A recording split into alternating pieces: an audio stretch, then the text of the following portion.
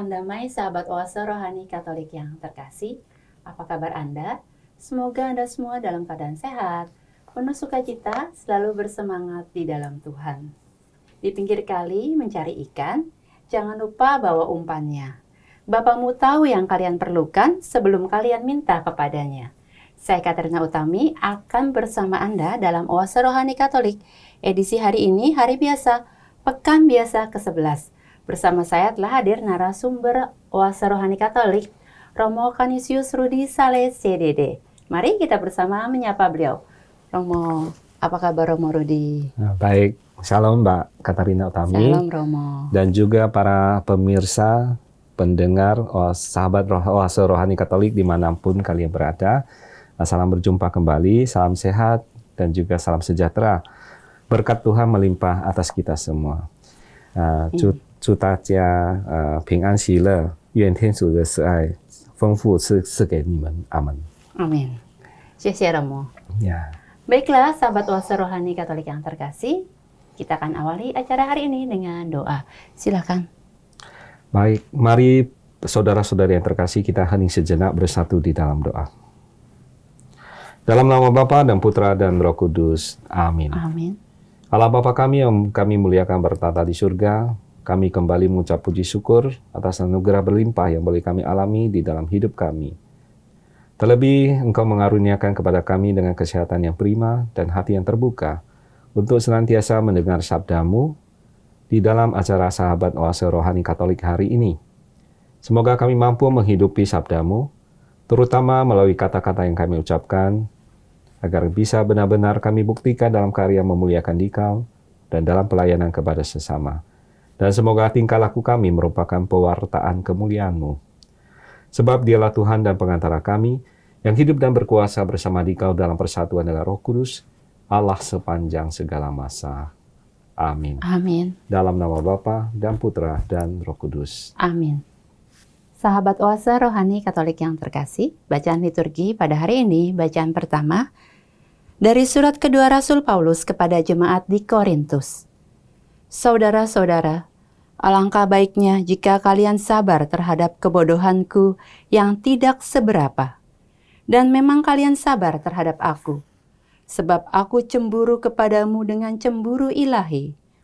Karena aku telah mempertunangkan kalian kepada satu pria untuk membawa kalian sebagai perawan suci kepada Kristus.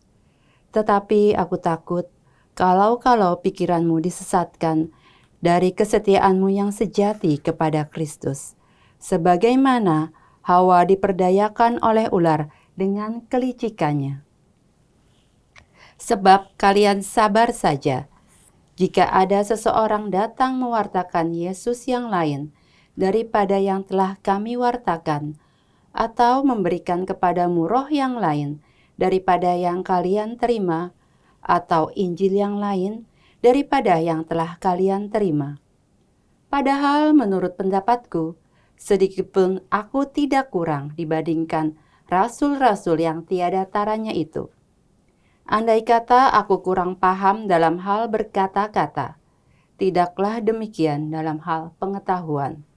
Sebab kami telah menyatakannya kepadamu pada segala waktu dan di dalam segala hal. Apakah aku berbuat salah jika aku merendahkan diri untuk meninggikan kalian, karena aku mewartakan Injil Allah kepadamu dengan cuma-cuma? Jemaat-jemaat lain telah kurampok dengan menerima tunjakan dari mereka, agar aku dapat melayani kalian. Dan ketika aku dalam kekurangan di tengah-tengahmu, aku tidak menyusahkan seorang pun. Sebab apa yang kurang padaku dicukupi oleh saudara-saudara yang datang dari Makedonia.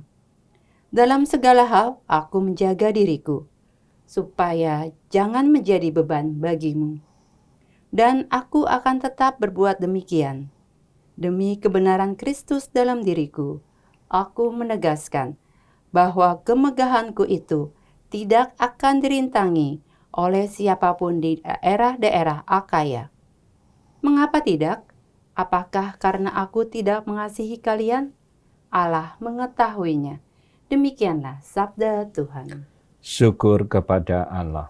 Marilah kita tanggapi dengan Mazmur tanggapan referen. Adil dan benarlah karya tangan-Mu, ya Tuhan. Adil dan benarlah karya tangan-Mu, ya Tuhan. Aku bersyukur kepada Tuhan dengan segenap hati, dalam lingkungan orang-orang benar dan dalam jemaah. Besar perbuatan-perbuatan Tuhan, layak diselidiki oleh semua orang yang menyukainya. Adil dan benarlah karya tangan-Mu, ya Tuhan. Agung dan bersemarak pekerjaannya, keadilannya tetap untuk selama-lamanya. Perbuatan-perbuatannya yang ajaib dijadikan peringatan. Tuhan itu pengasih dan penyayang. Adil dan benarlah karya tangan-Mu, ya Tuhan. Perbuatan tangannya ialah kebenaran dan keadilan. Segala titahnya teguh, perintahnya kokoh lestari untuk selamanya. Dilakukan dalam kebenaran dan kejujuran. Adil dan benarlah karya tangan-Mu, ya Tuhan. Bait pengantar Injil. Haleluya, haleluya, haleluya. Kalian akan menerima roh pengangkatan menjadi anak. Dan dalam roh itu kita berseru, Aba ya Bapa. Haleluya, haleluya, haleluya. Tuhan bersamamu. Dan bersama rohmu, Inilah Injil Yesus Kristus menurut Santo Matius. dimuliakanlah Tuhan. Dalam khotbah di bukit berkatalah Yesus, bila kalian berdoa, janganlah bertele-tele seperti kebiasaan orang yang tidak mengenal Allah. Mereka menyangka doanya akan dikabulkan karena banyaknya kata-kata. Jadi, janganlah kalian seperti mereka, karena Bapamu tahu apa yang kalian perlukan sebelum kalian minta kepadanya. Maka berdoalah kalian demikian, Bapa kami yang ada di surga, dimuliakanlah namamu, datanglah kerajaanmu, jadilah kehendakmu di atas bumi seperti di surga. Berilah kami pada hari ini makanan kami yang secukupnya, dan ampunilah kesalahan kami, seperti kami pun mengampuni yang bersalah kepada kami. Dan janganlah membawa kami ke dalam pencobaan, tetapi bebaskanlah kami dari yang jahat. Amin. Karena jikalau kalian mengampuni kesalahan orang, Bapamu yang ada di surga akan mengampuni kalian pula. Tetapi jika kalian tidak mengampuni orang, Bapamu pun tidak akan mengampuni kesalahanmu. Demikianlah sabda Tuhan. Terpujilah Kristus. Sahabat Oase Rohani Katolik yang terkasih, setelah kita mendengarkan bacaan liturgi hari ini, kita akan masuk dalam sesi permenungan sesi yang pertama. Romo Rudi, dari bacaan yang kita baca pada hari ini, bacaan pertama dari surat kedua Rasul Paulus kepada jemaat di Korintus. Ini ada kata-kata yang menarik nih, Romo. Dikatakan di sana bahwa alangkah baiknya jika kalian sabar terhadap kebodohanku yang tidak seberapa itu dan memang kalian sabar terhadap aku. Ini kenapa Rasul Paulus ini menganggap dirinya itu juga bodoh ya, Romo? Jadi berhadapan dengan realitas kehidupannya. Kita melihat pada zaman Rasul Paulus dan zaman sekarang juga agak jarang yang menemukan orang yang mau merendahkan diri sendiri dan kemudian meninggikan orang lain. Jadi karena setiap orang memiliki sifat umum, yakni ingin dipuji dan ditinggikan oleh orang lain. Ya. Jadi cara yang dilakukan untuk meninggikan diri sendiri, ada yang dengan cara positif, ada yang juga dengan cara yang negatif. Ya. Nah, cara yang positif misalnya, jika seseorang berusaha untuk mengembangkan talenta dan bakat karunia yang dimilikinya, untuk menghasilkan karya-karya besar dan prestasi-prestasi yang bermanfaat bagi orang lain, sehingga orang lain akan memuji dan juga akan meninggikannya. Nah, bahkan Tuhan juga akan memuji dan meninggikannya. Ya. Kemudian cara negatif jika seseorang itu ya pada dasarnya malas ya, untuk mengembangkan talenta dan karunia yang dimiliki, yang Tuhan berikan, sehingga tidak ada satupun karya yang dihasilkan. Ya. Ia merasa iri karena tersaingi dengan orang lain yang telah berhasil. Dia berusaha mencari kelemahan dan kesalahan orang lain untuk merendahkannya. Ya. Nah, jadi itulah yang terjadi pada zaman Rasul Paulus tadi ya. Dan ayat selanjutnya kita melihatnya hendaknya memperhatikan bagaimana seorang Rasul Paulus menjadi korban ya. Hendaknya karena dianggap bodoh oleh orang-orang yang menganggap diri rasul-rasul yang paling benar ya. Ya. Jadi orang ya kayaknya merendahkan Rasul Paulus ini ya. Mereka berusaha untuk mempengaruhi jemaat dan menuduh pelayanan Paulus ini bermotif mencari keuntungan pribadi ya. Jadi menjatuhkan Paulus. Dan terhadap tuduhan tersebut, ya Paulus dengan rendah hati juga meminta jemaat untuk sabar ya. Jadi Paulus mengatakan terus terang bahwa ia mungkin bodoh dalam hal berkata-kata, tetapi tidak dalam hal pengetahuan ya. Nah, saat memberitakan Injil di Korintus, ia melakukan demi kepentingan jemaat ya. Jadi bukan kepentingan dirinya sendiri. Ia menerima tunjangan dari jemaat lain agar dapat memberitakan Injil dengan cuma-cuma. Nah, ia juga tidak menyusahkan seorang pun ketika mengalami kekurangan dalam jemaat ya. Nah, jelas bahwa Paulus berusaha untuk merendahkan diri terhadap orang-orang yang menuduhnya supaya jemaat ditinggikan. Dan ini juga menjadi pelajaran, juga menjadi bagi kita suatu penghayatan iman sebagai umat beriman. Nah, kita juga diajak untuk senantiasa berusaha ya, menjadi pribadi yang selalu bersabar ya, menghadapi situasi kehidupan yang tidak mudah ya. Nah, seperti yang dialami oleh jemaat Korintus tadi ya, karena tekanan-tekanan dari rasul yang palsu tadi ya, yang memojokkan Paulus ya. Teruslah juga mengembangkan potensi-potensi yang dianugerahkan Tuhan kepada kita masing-masing untuk kemajuan dan perkembangan komunitas kita mungkin, terutama untuk gereja kita umumnya. Ya, Pastor, aku Pastor atau Romo nih Ya, manggilnya? Pastor. Ya baiklah Pastor Rudi, Pastor di dalam bacaan ini juga di sana apa sih yang bisa kita pelajari nih Pastor dari pengalaman Paulus?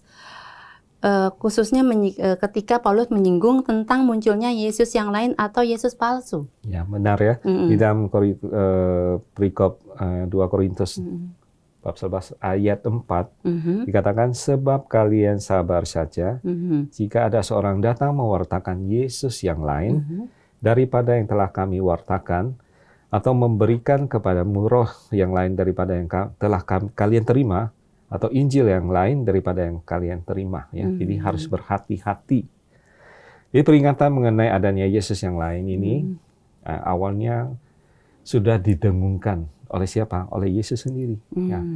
Ketika Yesus memberitahukan tanda-tanda zamannya, dia mengatakan bahwa akan muncul Mesias palsu yang menggunakan nama dia atau nama Yesus yang bertujuan untuk menyesatkan orang percaya. Ya. Di hal yang seirama yang didengungkan oleh Paulus dalam suratnya yang ditulis dalam 2 Korintus bab 11 ayat keempat ini, Paulus mengatakan ada orang yang mengajarkan Injil yang lain, dan dalam ayat renungan kita di atas ya, Paulus mengatakan akan ada orang-orang yang memberitakan tentang Yesus yang lain ya. Jadi tujuan dari penyesatan ini tentu agar Anda, kita semua ya, tidak mengenal siapa Yesus yang sesungguhnya, dan dengan demikian kita tidak dapat menikmati hal-hal yang dia janjikan ya. Jadi dari zaman waktu Paulus ada sampai sekarang itu memang Yesus sudah sudah mengatakan bahwa nanti akan ada Yesus yang lain ya. Mesias bahkan ya, seperti Mesias dari Yesus ya, yang lain sudah dinubuat oleh Yesus sendiri ya.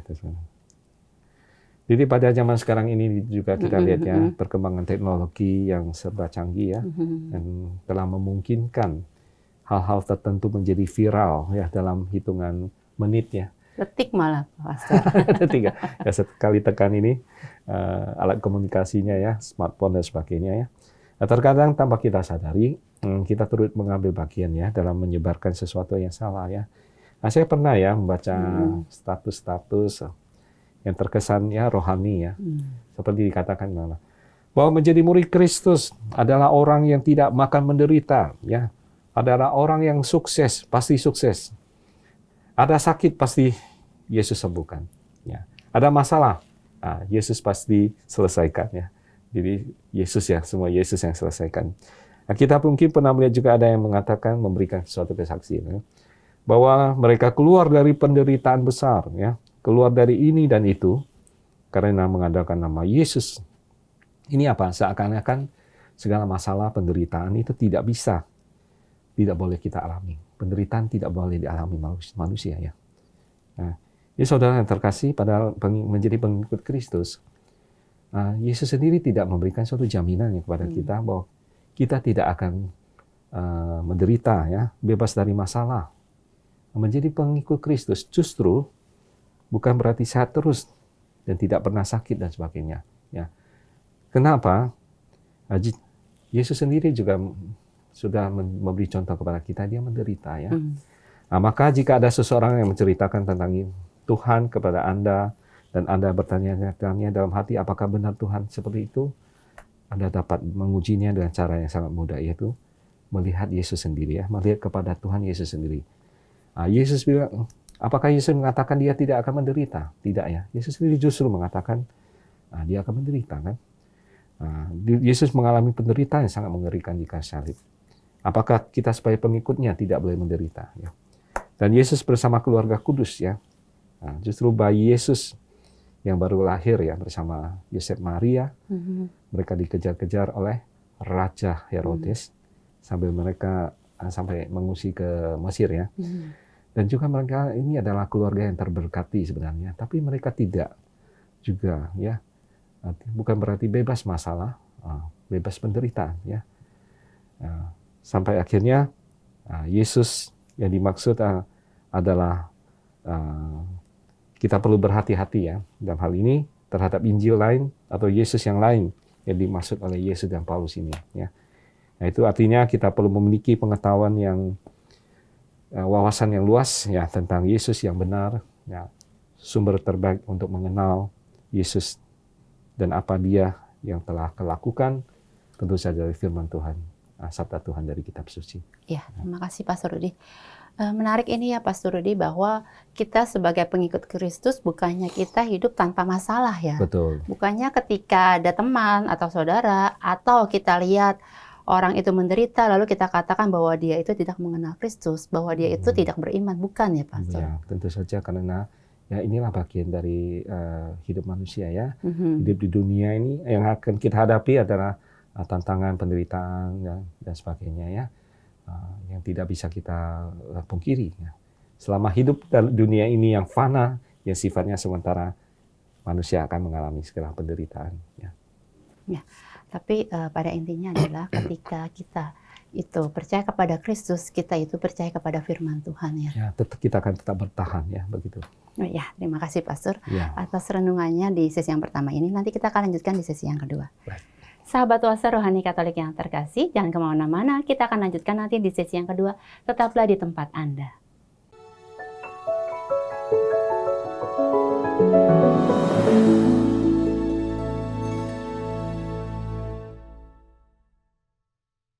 Salam jumpa sahabat Oase Rohani Katolik yang terkasih. Terima kasih Anda masih bersama dengan kami, Oase Rohani Katolik sesi yang kedua. Masih bersama dengan Pastor Canisius Rudi Saleh CDD dan saya Katarina Utami.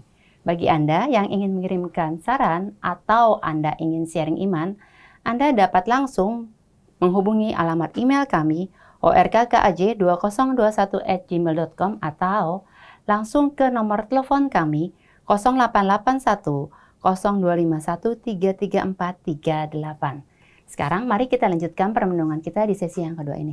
Nah Pastor, dalam sesi yang kedua ini apa yang ingin disampaikan nih terkait dari Injil Matius yang kita baca hari ini? Ya, Injil Matius di mana Yesus mengajak kita, mengajarkan kita juga berdoa ya.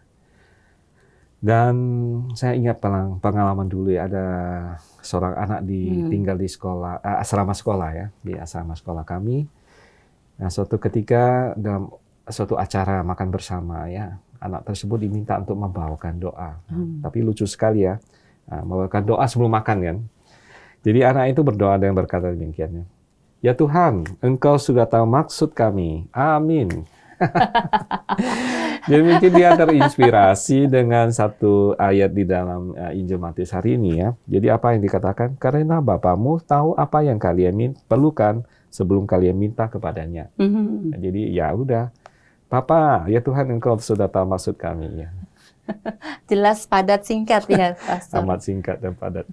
Jadi orang-orang di situ ya, kami semua juga menggeleng-geleng kepala dong ya. Geleng-geleng kepala ini bukan apa ya, memberi isyarat ya. Doanya ngaur itu. Dan juga terlalu singkat dan sebagainya. Jadi Injil Markus hari ini sangat inspiratif ya sebenarnya ya. Bagi kehidupan kita orang-orang beriman, ya ada dua pesan yang hendak Yesus katakan kepada kita ya. Yang pertama, ketika berdoa janganlah bertele-tele. Ya, karena Bapa sudah mengetahui apa yang kita perlukan. Jadi berdoalah singkat, padat dan jelas ya. Jadi berdoa singkat di sini tidak seperti dalam cerita anak tadi ya. Ya, Bapak, Engkau sudah tahu, beres gitu ya.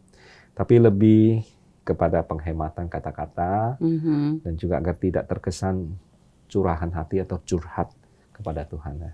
Itu lainnya curhatnya. Curhat beda itu, Romo itu. Ya, curhat itu kan agak beda ya. Kemudian pesan yang kedua, Yesus meminta kita untuk mengampuni kesalahan orang lain. Ya. Jadi mengampuni ini tidak semata-mata membenarkan kesalahan yang orang lain perbuat kepada kita. Ya. Beda ya ini ya. Iya dong. Ya. Masa kita setuju dengan kesalahannya? Tidak ya. Kita mengampuni, memaafkan dia sebagai sahabat. Ya. Artinya mau menerima dia kembali. Itu penting sekali ya. Bagaimana mungkin kita meminta Tuhan untuk mengampuni kesalahan kita, sedangkan kita sendiri ya tidak mau mengampuni orang lain. Jadi dengan mengampuni kita justru dapat menyembuhkan luka rohani dan membawa kita kepada kedamaian cinta kasih dalam Allah. Ya, Pastor, menarik tadi bahwa Tuhan menegaskan kepada kita sikap kita ketika berdoa itu adalah kata-katanya itu adalah kata-kata yang praktis dan tidak bertele-tele ya, Pastor. Ya. Selain kata-kata yang perlu kita perhatikan ketika kita berdoa nih, Pastor, ada apa lagi yang perlu kita perhatikan ketika kita berdoa? Ya Gereja Katolik pada umumnya ya hingga saat ini tetap memelihara dan mempertahankan ya tradisi pentingnya mendoakan orang lain, mendoakan kesejahteraan atau kesuksesan seseorang, juga termasuk mendoakan orang sakit dan bahkan tetap mendoakan orang yang sudah meninggal. Ya. Jadi sebab perkara beriman bukan melulu atau hanya perkara personal atau pribadi satu orang saja. Jadi antara diri sendiri dengan Allah, bukan begitu ya. Yang lain tidak ikut turut campur tangan, ya, bukan begitu. Nah, dalam pengertian tertentu, iman seseorang mempunyai dimensi sosial ya. Nah, artinya apa? Ya, artinya iman personal itu mempunyai dampak sosial ya. Bahkan bisa mengubah orang lain ya. Nah, doa kita bisa mengubah orang lain. Seperti contoh ya, saya kasih contoh ya. Seperti dalam perikop yang lain di dalam kitab suci, kita lihat Yesus pernah menyembuhkan hamba seorang perwira yang sakit. Ya. Ini hambanya ya, hamba perwira, ya, seorang perwira. Lalu karena iman seorang perwira dan orang-orang tua di sekitarnya yang memohon kepada Yesus, ya, bukan orang sakit, ya, nah, hambanya yang sakit, tapi yang memohon siapa? Sang perwira dan orang-orang di sekitarnya, ya, mempunyai daya yang efektif untuk membawa sang hamba pada kesembuhan. Ya. Nah, Yesus ini tidak mengabulkan permohonan si sakit, ya langsung gitu ya. Karena si sakit tidak memohon, yang mohon siapa? Nah, yang memperhitungkan iman dan permohonan dari orang-orang yang ada di sekitar si sakit, yaitu siapa? Si sang perwira dan orang-orang di sekitarnya. Ya. Nah, jadi yang memohon kesembuhan adalah si perwira dan para sahabat. Si sakit tidak berbuat apa-apa. Nah, kita melihat dari dimensi sosial kan ada ya di situ ya, di mana orang lain mendoakan si sakit, sehingga si sakit juga dikabulkan doanya. Nah, demikian pula kiranya gereja yakin dan percaya, ya 1-2 orang yang berkumpul dalam nama Tuhan, ia hadir dan berkarya atas nama orang-orang itu. Mendoakan orang lain, terlebih mendoakan mereka yang sakit dan menderita, adalah suatu atau sebuah keutamaan Kristiani yang patut senantiasa kita pelihara. Iman kita adalah iman yang hidup. Di kesatuan hati banyak orang dalam satu doa itu membawa daya ilahi, ya. Kita melihat begitu, ya, yang mampu mengubah keadaannya. Ya. Jadi gini, Pastor, ketika kita berdoa, itu tidak hanya kita berdoa untuk diri sendiri, tapi kita juga bisa mendoakan orang lain, ya, Pastor. Dan itu juga didengarkan oleh Tuhan, ya, Pastor. Ya, sebaiknya begitu. Sebaiknya begitu. Itu ada dimensi sosialnya, ya, Pastor. Kita tidak mungkin hidup sendiri, ya, hidup bersama, ya. Nah, Tuhan pasti tidak akan begitu saja tinggal diam sementara umatnya memanjatkan doa-doa yang terus murni. Ketika doa itu kita sampaikan secara tulus dan murni, Tuhan mendengarkan, ya. Ya, betul, ya, membantu. Bukan hanya berdoa bagi kita, tapi kita juga bisa berdoa bagi orang-orang sekitar kita, bagi gereja, bagi negara, ya, Pastor. Ya. Bahkan bagi mereka yang sudah meninggal, ya, jiwa-jiwa orang meninggal. Ya. Nah, ini kekayaan dari gereja Katolik, ya, Pastor, ya. Jiwa-jiwa orang meninggal kan perlu didoakan juga, ya, untuk dimurnikan, ya, di api penyucian, untuk meninggalkan api penyucian, bersatu dengan Sang Pencipta dalam kerajaan surga, ya. Nah, sekali lagi saya tekankan, ya, jadi iman kepercayaan kita bukan saja perkara saya sendiri pribadi dengan Tuhan, tetapi mempunyai dimensi sosial, artinya saudara-saudara kita yang lain juga turut mendukung, turut campur tangan dalam menumbuhkan iman kepercayaan kita, ya, sehingga mampu membawa buah-buah rahmat bagi kita sendiri dan orang lain. Ya, Pastor, berkaitan dengan doa nih, saya mau bertanya, Pastor, tentang kita nih umat Katolik biasanya nih kalau kita disuruh berdoa ketika kita di pertemuan lingkungan atau kita lagi bersama dengan di suatu komunitas, ketika kita ditunjuk, misalnya kamu berdoa, lalu langsung kalau nggak kita akan berdoa, terus mereka langsung tunduk kepala, langsung lihat-lihatan gitu. Itu mungkin ada sesuatu hal di mana kita itu susah untuk merangkai kata-kata, Pastor. Kita kan biasa dengar orang tuh kalau merangkai kata-kata berdoa dengan indahnya, gitu. Lancar gitu. Lancarnya. Nah, itu gimana caranya ya, Pastor, supaya kita bisa berkata-kata seperti itu? Ya sebenarnya sederhana saja, ya. Berdoa yang baik kan, ya, kemampuannya ini sebenarnya juga harus terutama untuk merangkai kata-kata dalam membawakan doa sebenarnya perlu banyak latihan berdoa, ya, saya kira, ya. Jadi dengan latihan itu, ya? Ya, harus. Nah, kan ada pepatah mengatakan apa? Allah bisa karena biasa. Ya. Nah, jadi segala kesukaran tidak akan terasa lagi kalau kita terbiasa. Nah, sesuatu yang pada awalnya dirasakan sulit, bila sering dilakukan, ya, artinya banyak latihan akan menjadi mudah, ya. Nah, demikian juga dengan, saya kira, dengan kemampuan memimpin atau merangkai doa, ya. Nah, jadi pertama-tama mungkin bisa kita mencontoh atau membaca, ya, doa-doa yang sudah disusun dalam buku-buku doa gereja Katolik kan banyak sekali, ya. Bisa mencontoh di sana, nah, kata-kata yang digunakan praktis dan juga mengenah, ya, kepada iman Katolik kan, atau belajar dari saudara-saudara kita yang sudah mahir, ya, banyak yang pandai berdoa, ya, mahir berdoa, lancar, dan juga kata-kata yang digunakan juga praktis dan padat, yang tidak bertele-tele. Nah, itu yang perlu kita contoh. Iya, jadi nggak ada sesuatu misalnya yang singkat gitu, gimana cara, tapi itu dengan latihan, ya. Ya, betul. Jadi sahabat Oase Rohani Katolik jika ingin dapat berdoa dengan kata-kata, rangkaian kata-kata yang indah adalah satu-satunya cara adalah dengan latihan. Ya, betul. Jadi nanti kalau ditunjuk itu harus mau, ya, Pastor, atau menunjukkan diri sendiri, ya. Kalau sudah pede, ya, membuat kita jadi percaya diri, ya. Nah, di dalam situasi apapun ketika ditunjuk, ya, atau doa makan misalnya, bukan doanya cepat-cepat langsung makan. Nah, namun di dalam membawakan doa, ya, dan tapi melalui Injil hari ini kita kan dengar, ya, kita diingatkan Tuhan Yesus, ya, jangan bertele-tele atau terlalu berlebihan lah, ya, istilahnya begitu, ya, tidak berlebihan. Yesus sendiri telah memberi contoh dan mengajak kita untuk bersyukur lewat doa Bapa kami yang begitu indah ya, yang diajarkan Yesus sendiri. Nah, dan sebagai umat beriman, saya yakin hampir setiap hari ya, kita berdoa Bapa kami ya. Ya, mungkin ketika bangun ya, ketika dalam perjalanan dan sebagainya ya. Hampir semua orang Kristen hafal dengan doa Bapa kami ya. Iya. Bahkan di luar kepala.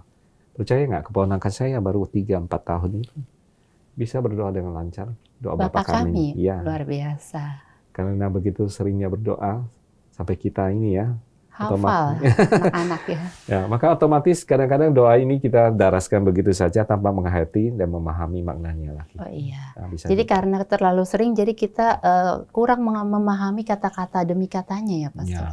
Ya, mungkin karena udah terbiasa ya, terlalu lancar. Nah, tidak bisa kita pungkiri ya, sebagian besar dari kita zaman sekarang ini, kita melihat ya, kita berdoa pun ya, memohon sesuatu ya, atau berdoa kepada Tuhan lebih banyak mengedepankan ya suatu kebutuhan jasmani saja. Ya. Ada merasa begitu nggak, Mbak? Iya. Ya. Nah, kita jarang ya memohon atau mencari hal yang mendalam ya pada Tuhan, misalnya berdoa untuk ya keselamatan jiwa ya, kedamaian batin, kemampuan untuk mengasihi atau mengampuni ya. Itu kan lalu ada keberanian untuk berkorban bagi sesama, kekuatan iman dan sebagainya, itu kan perlu dimohon juga.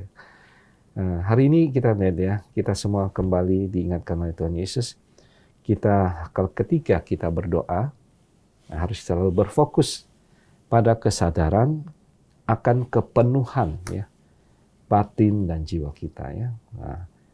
Bukan semata hanya fokus pada kepenuhan fisik atau jasmani saja ya, tapi harus keseimbangan ya, saya kira ya. Saya memohon kepada Tuhan ya untuk kepenuhan fisik manusia ya, kebutuhan sehari-hari. Kita juga harus memohon Tuhan kepada kepenuhan batin dan jiwa kita ya. Saya yakin Tuhan akan memenuhi kita dengan kelimpahannya ya. Amin. Ya, Pastor, sebelum kita tutup acara hari ini, ada kesimpulan yang ingin disampaikan? Oh ya. Jadi kesimpulan dari bacaan pertama dan juga Injil hari ini ya, jadi kita melihat persaingan dalam kehidupan new normal ya, yang saat ini menjadi sesuatu yang luar biasa. Dalam pengertian bahwa setiap orang tidak mau lagi peduli ya dengan keberhasilan orang lain, mereka justru ingin menjatuhkan dan merusak keberhasilan orang lain atau sesamanya ya. Nah, hal itu seringkali dilakukan dengan berbagai cara yang memalukan atau tidak baik ya. Kita melihat di mass media ya, banyak terjadi ya. Banyak ya. Komentar-komentar negatif ya. Saling menjatuhkan ya. Jadi pengalaman pelayanan yang diberikan oleh Rasul Paulus dalam bacaan pertama tadi ya, juga mengalami kondisi yang sama ya, yang tidak kondusif. Ada banyak pengajar palsu yang hendak merusak pelayanan yang telah dilakukan oleh Paulus sendiri.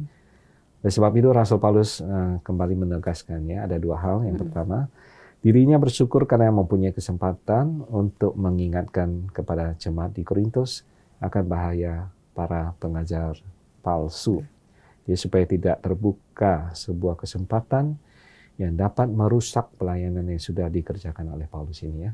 Oleh sebab itu, Rasul Paulus juga mengingatkan supaya jemaat Korintus agar berhati-hati dengan pengajar tadi yang palsu, karena mereka bisa menyamar ya seperti malaikat yang terang. Yang kedua, Paulus juga mengasihi jemaat di Korintus ya. Jadi bukan hanya peringatan kepada jemaat di Korintus yang Paulus ingatkan, juga melalui berbagai macam penganiayaan dan penderitaan ya, yang telah dialami oleh Paulus, semata-mata supaya Injil dapat tetap diberitakan ya, kepada jemaat di Korintus ya. Jadi oleh sebab itu bagi Rasul Paulus tidak ada yang dapat dimegahkan dalam dirinya selain pengorbanan, penderitaan, dan teladan mengikuti Kristus. Nah, dari bacaan pertama tadi, mari kita sebagai umat Allah yang telah ditebus oleh darah Kristus, memahami, menyadari bahwa meskipun kita ini sering juga mengalami penganiayaan, ya, dihina, juga disalahkan, salah mengerti oleh orang banyak. Kita melayani Kristus, kita harus tetap berkarya bagi kemuliaan Tuhan ya, walaupun kita mengalami banyak sekali tantangan ya. Dan juga karena Kristus telah lebih dahulu mengalami penolakan dari dunia, kita datang untuk menyelamatkan umat yang telah datang, ya. Ia datang untuk menyelamatkan umat manusia yang berdosa. Ya. Kemudian Injil Markus yang bisa disimpulkan di sini ya tentang doa yang didaraskan ya, bukanlah untuk mengoceh ya, seperti yang Yesus tunjukkan dalam Injil Markus hari ini, kata-kata yang tidak keluar dari hati ya, itu yang tidak berkenan di hadapan Tuhan ya, yang seperti kita berdoa ya, Bapa kami aja ya, kau tidak keluar dari hati. Beda ya rasanya. Apakah Tuhan mendengarnya? Ya. Jadi terkadang kita juga berlagak pandai di depan orang-orang dengan berdoa yang panjang lebar, yang kata-kata yang tinggi, rendah, ya, indah dan sebagainya supaya mendapat pujian orang lainnya. Ya, jadi ada yang lomba berdoa bahkan. Nah, Yesus mengatakan bahwa orang berdoa seperti itu layaknya orang munafik dan tidak mengenal Allah. Ya. Yang penting kan hati ya, kesadaran hati. Jadi orang-orang seperti ini hanya mencari pujian atas nama Allah ya. Ya.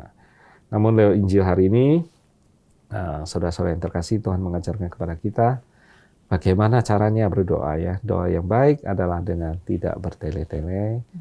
Jadilah orang yang mengenal Allah dengan berdoa tidak bertele-tele, dan ampunilah sesama kita agar kita juga dapat memperoleh pengampunan dari Tuhan. Nah, jika perkataan kita adalah untuk kebaikan orang lain, maka doa kita pun harus menuntun kita sendiri ya, menuntun kita sendiri untuk melakukan kebaikan yang Tuhan inginkan dari kita. Jadi sebagai penutup, semoga sabda Tuhan memenuhi hati kita, dan dari apa yang memenuhi hati kita, semoga itu juga untuk kebaikan orang lain, dan juga untuk kebaikan kita ya. Ingat, doa itu punya dimensi sosial ya, bukan untuk diri sendiri saja, tapi untuk orang lain, terutama dalam tugas pelayanan kita sebagai gembala umat, ataupun ya pemimpin umat. Ya, terima kasih Pastor Rudi atas permenungannya hari ini. Banyak sekali yang kita dapat bahwa dengan berdoa itu adalah doa yang tidak bertele-tele ya Pastor, dan juga betul. Kita diminta untuk mengampuni sesama kita. Betul. Baiklah sahabat Oase Rohani Katolik yang terkasih, kita akan akhiri acara hari ini dengan doa penutup dan berkat kasih karunia Allah melalui Pastor Rudi. Baik saudara-saudari yang terkasih, mari kita kembali bersatu di dalam doa. Dalam nama Bapa dan Putra dan Roh Kudus. Amin. Allah Bapa yang Maha Mulia, kami kembali bersyukur kepadamu atas segala penyertaan dan bimbinganmu dan di dalam menghayati sabdamu melalui acara Sahabat Oase Rohani Katolik hari ini. Buatlah dalam hidup kami apa yang kau kehendaki. Semoga kami juga semakin mampu meneladani Dikau dengan rendah hati, sehingga kami semakin berkembang di dalam iman, harapan, dan kasih. Bimbinglah kami dengan Roh Kudus-Mu, agar kami dapat mengampuni sesama kami seperti yang Engkau teladankan dalam diri Yesus Putra-Mu, sebab Dialah Tuhan dan pengantara kami. Amin. Amin. Mari kita mohon berkat Tuhan. Tuhan bersamamu dan bersama rohmu. Semoga saudara-saudari sekalian, semua keluarga kita masing-masing, orang-orang yang kita doakan, mereka yang sakit menderita, seluruh tugas belajar, pekerjaan, usaha, serta karya pelayanan kita, senantiasa dilindungi, dibimbing, dan diberkati oleh Allah yang Maha Kuasa, Bapa dan Putra dan Roh Kudus. Amin. Baiklah sahabat Oase Rohani Katolik yang terkasih, usai sudah perjumpaan kita pada hari ini, semoga apa yang telah disampaikan oleh Pastor Rudi dapat menambah semangat iman bagi kita untuk semakin tekun dalam berdoa. Akhir kata, Pastor Canisius Rudi Saleh CDD dan saya Katerina Utami pamit undur diri. Sampai jumpa pada edisi Oase Rohani Katolik berikutnya.